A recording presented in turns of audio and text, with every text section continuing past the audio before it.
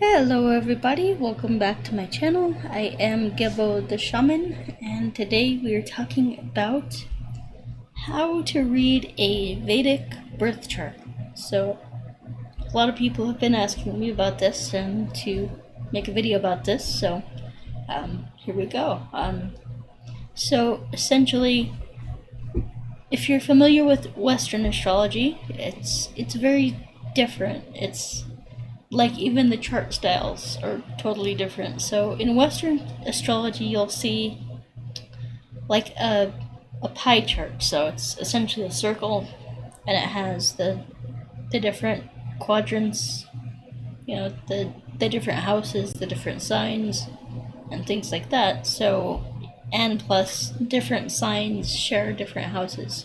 So for example, you could have Cancer and Leo in the 5th house, both in the 5th house. Well, Vedic astrology doesn't exactly work like that.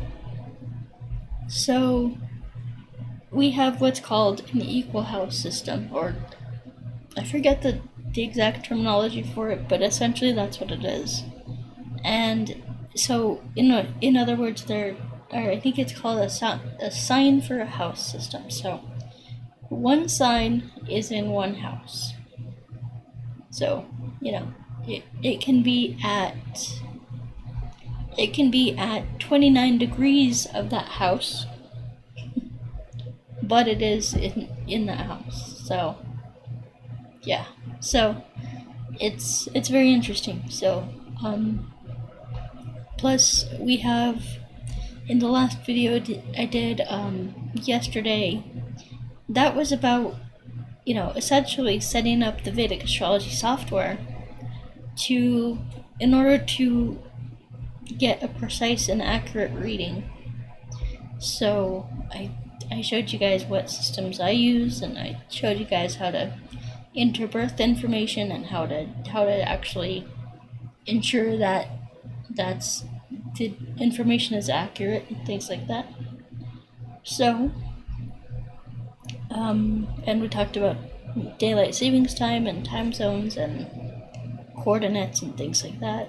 The exact locations of things, very important.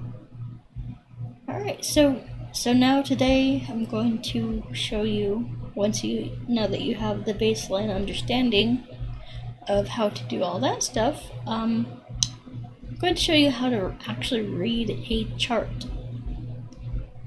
Now, for my personal use, I typically use, personal and professional use, I typically use the North Indian chart.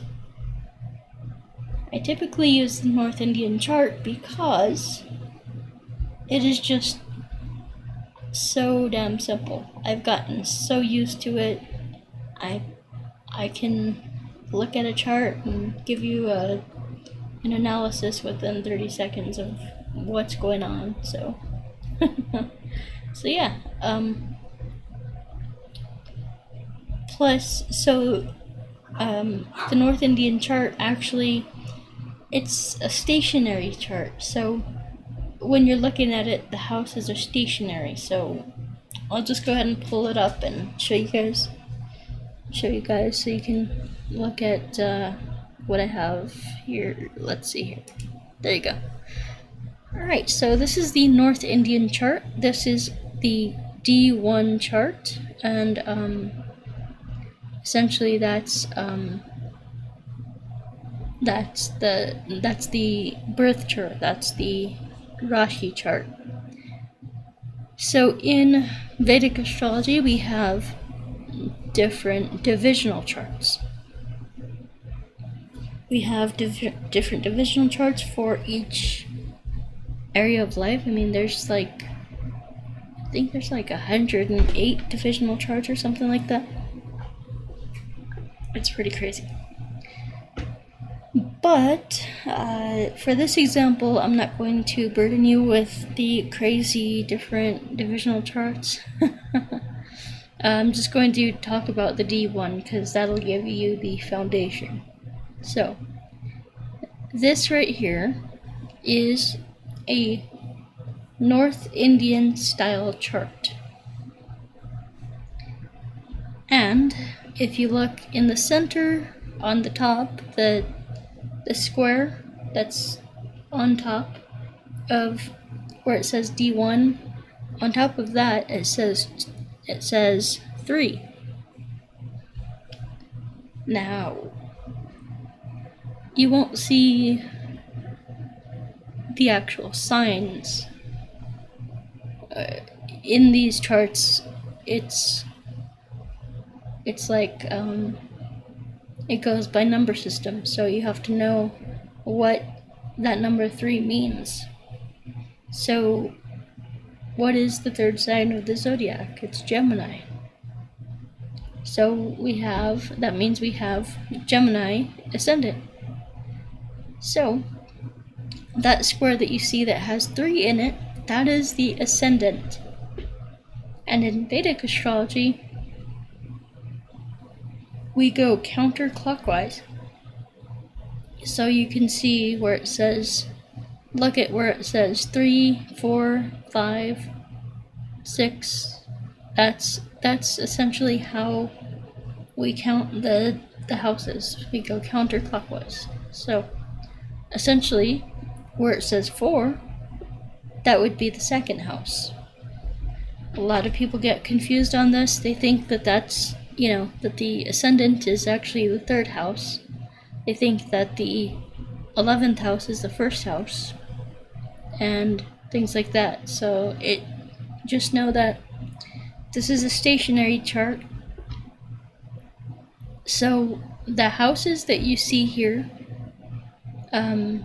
for example, that 3 is the first house, 4 is the second house, where it says 5, that's the third house, 6 is the fourth house, 7th is the fifth house, 8th is the sixth house, 9 is the seventh house, where you see 10 is the 8th house, 11 is the 9th house, and 12 is the 10th house. 1 and 2 are the 11th and 12th houses. So you get the picture. It goes counterclockwise.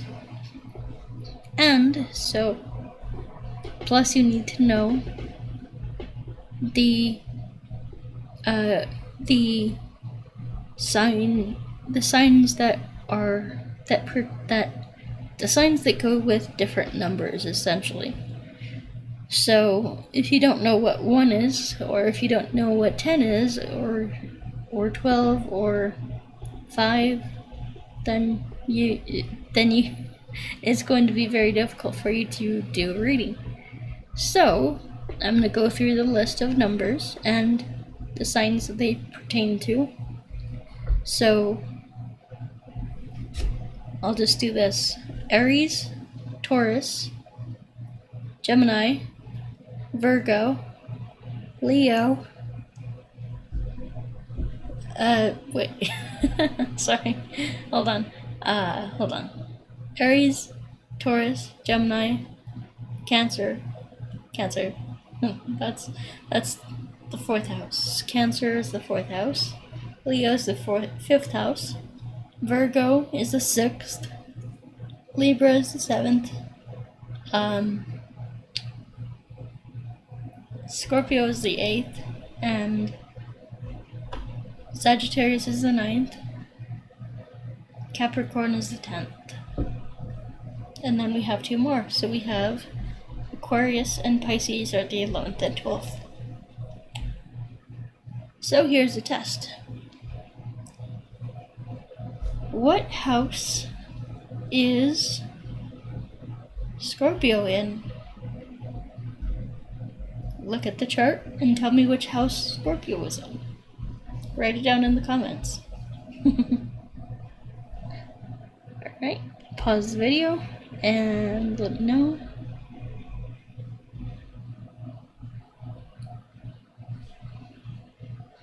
Alright, so ready? So Scorpio is the 8th sign of the zodiac, and It's in the 10th house.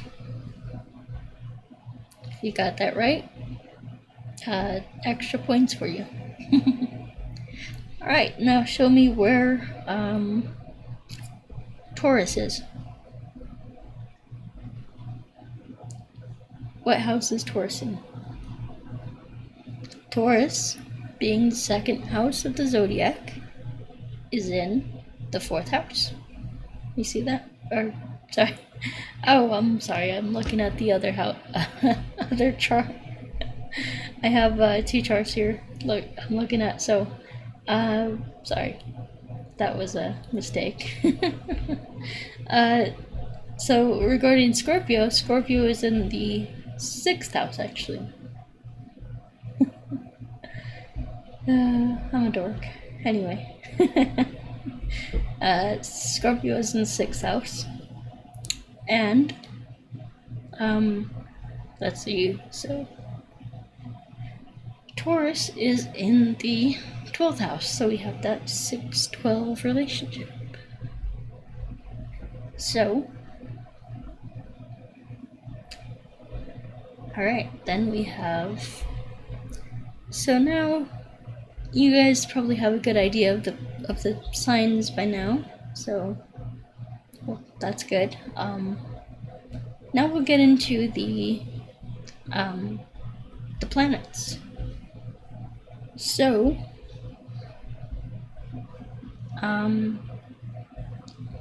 we'll start with Sun. So SU.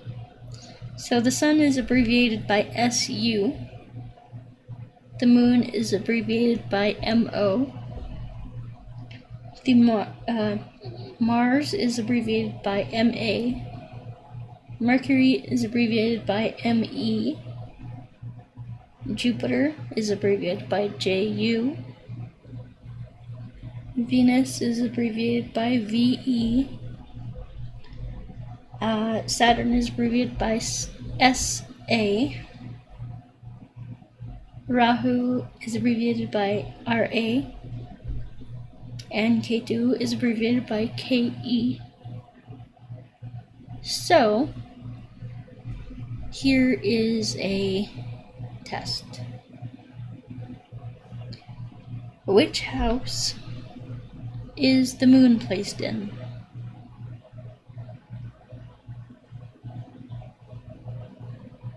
Which house? The 6th house. Why? Because we see MO in the 6th house.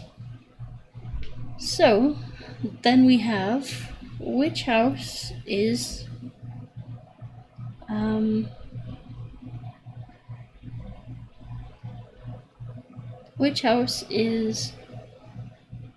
Rahu placed in? That would be the 8th house. Very good. Now which house is Ketu placed in? That would be the 2nd house. Alright, so there we go. And which house is the Sun placed in? That would be the 10th house. And finally, which house is Jupiter placed in? That would be the 9th house. So, this here is Albert Einstein's chart, and you can see he has a bunch of planets in the 10th house, Jupiter in the 9th house, meaning he is very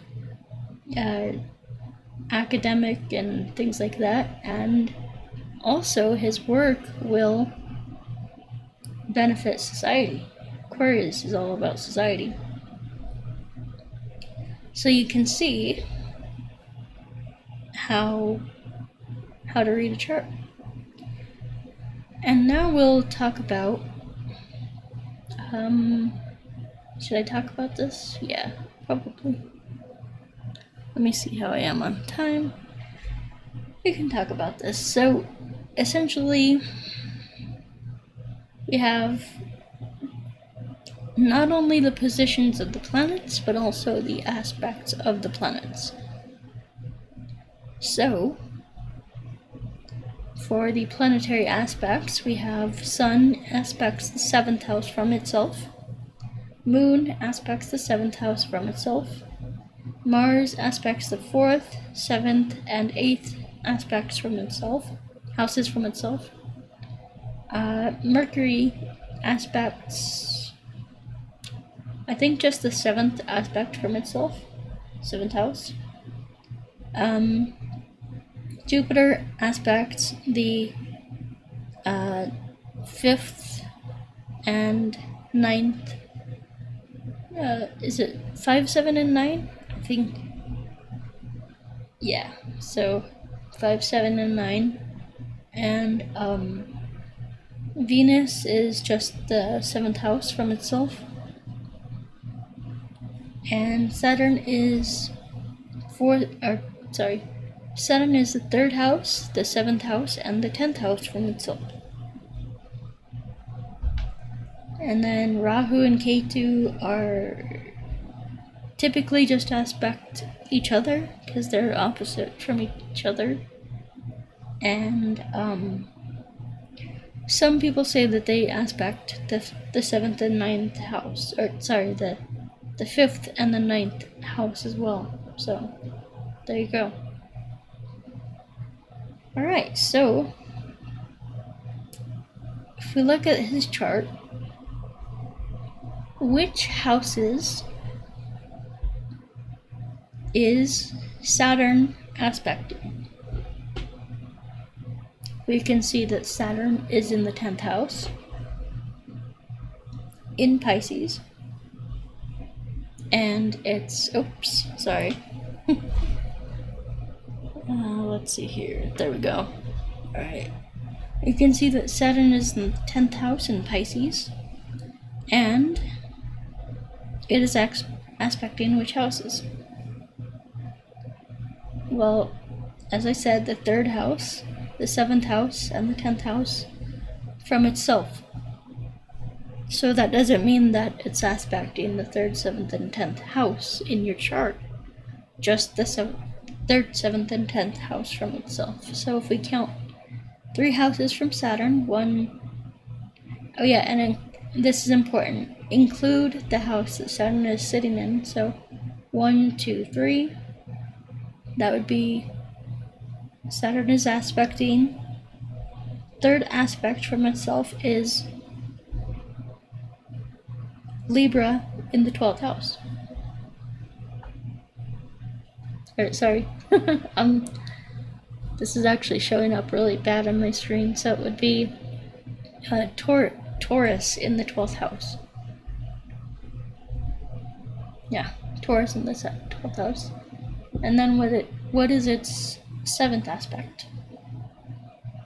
So 7 houses away from Saturn would be Virgo in the 4th house. So Virgo in the 4th house, that would be its 7th aspect. And then we have the 10th aspect, which is, if we count 10 houses from Saturn, that would be Sagittarius in the 7th house. Very good. So now, how about you give me tell me what sign and house the sun is aspecting. So the sun is only aspecting the 7th house from itself. The sun aspects the 4th house, and it's aspecting Virgo in the 4th house. So there you go. So then let's talk about Jupiter. So Jupiter aspects the 5th, 7th, and 9th aspect from itself. I believe 7th could be, take it or leave it. I'm not sure about the 7th, but anyway. Let's see. So what houses is Jupiter aspecting? Well, what is the fifth aspect from Jupiter? Jupiter's fifth aspect is, let's count, 1, 2, 3, 4, 5. So that is Gemini in the first house, Gemini ascendant, so it's aspecting the ascendant. This is what makes him, Albert Einstein, very smart, because we have the blessings of Jupiter aspecting the first house. So then we have Jupiter aspecting the seventh. The seventh aspect of Jupiter is which house? That is Leo in the third house. So it's aspecting Leo in the third house. And then we have Jupiter's ninth aspect, which is, you guessed it, that is Libra in the fifth house.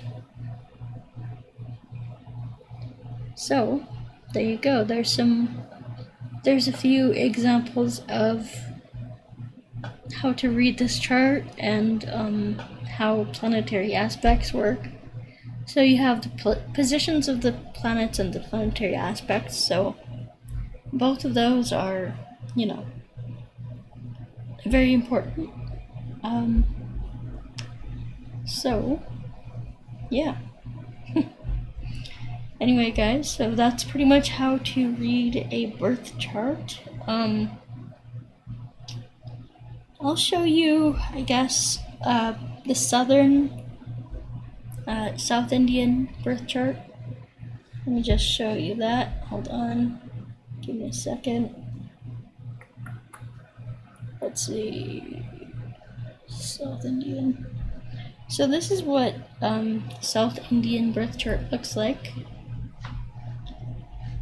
And we can see that Gemini is highlighted. And I've learned yesterday that that's because Gemini is the ascendant. We can see his.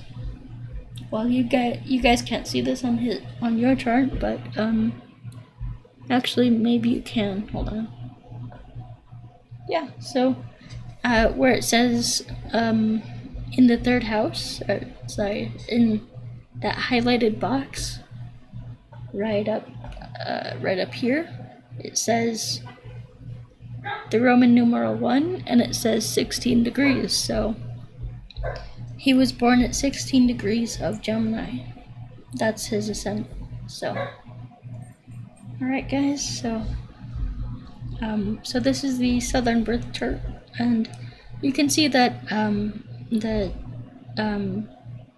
in the upper left-hand corner, it has Pisces, and then next to that, it has Aries, Taurus, Gemini, and then if you go down, it's Cancer, Leo, Virgo, and then if you go across to the left, it's Libra, Scorpio, Sagittarius, and then up is Capricorn, and then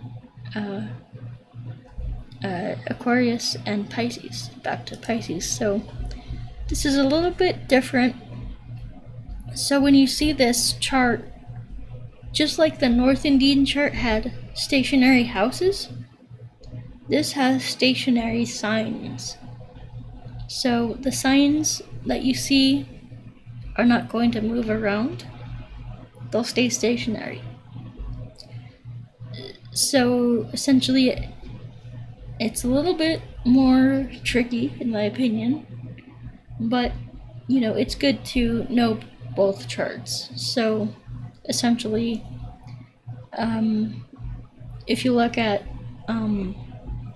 that highlighted box, Gemini, and you count 1 from that, or 2 from that, including Gemini, you can see Ketu in the second house, and then you can see Mercury in this, or sorry, Moon in the 6th house, and then Rahu and Mars in the 8th house, and then Jupiter in the 9th, and a bunch of planets in the 10th. So you can see that basically it's the houses that change, but as far as the signs, they don't change. So Aries is always going to be the second one over on the top from Pisces. So then you can also see that Gemini will always be in the upper right corner, and Virgo is going to be always in the lower right corner. So these are, a lot of things to consider here. But yeah, that's pretty much how the different birth charts work. And I'll go ahead and switch it over back to let's see, North Indian. Okay guys, so I'm gonna switch my screen back. Alright guys, so I hope you guys got a good understanding of what it is to, to read a chart and all that good stuff. It can be quite intimidating at first when you're learning this system. These chart styles. However, it's just something that you gotta learn. And I was, going into this, I didn't know what a North Indian chart was, a South Indian chart, but over time, if you just give it, attention and effort and put a lot of energy into learning this science, it can greatly benefit you. So if you are interested in diving deeper into learning astrology, then you can go to my website, gebotheshaman.com, right here. And on that website, I have a astrology certification course. So I teach you how to do, everything from A to Z in astrology, how I do my own, readings, chart readings, and things like that. And there's some very special things that I provide in my readings that not a lot of astrologers know about. Not a lot of astrologers really care all that much about these things, but they are very, important. And it's a very unique reading that I do. So if you're interested in either becoming a Vedic astrologer or getting a reading from me, then you can go to my website, gebotheshaman.com, and yeah, and if you become a certified Vedic astrologer through my website, I will give you your own website. So you have to take a test, and once you take the test and pass it, I will then give you your own website. So yeah, it's a very, very good offer, because it's like websites take money to maintain and things like that. So just giving that away for free. And yeah, and then what is the other thing? So I have all kinds of things to offer. Astrology readings, birth time rectification. I have Qigong courses, yoga courses, Qigong courses, all kinds of stuff. I have rune readings, so if you'd like a session with me for rune reading, then I would highly recommend you get that and book a session with me. I also offer career coaching and life coaching, so those are all things to consider. So if you're not happy in your career or anything like that, then I can give you some guidance on switching careers or things like that. And then we have the trauma healing course. So essentially I have created a emotional awareness course basically to help you understand what you're feeling and help you to kind of cope with the sometimes unbearable emotions that come up with, childhood trauma or things like that. So, yeah. Anyway, then we have the distance energy healing.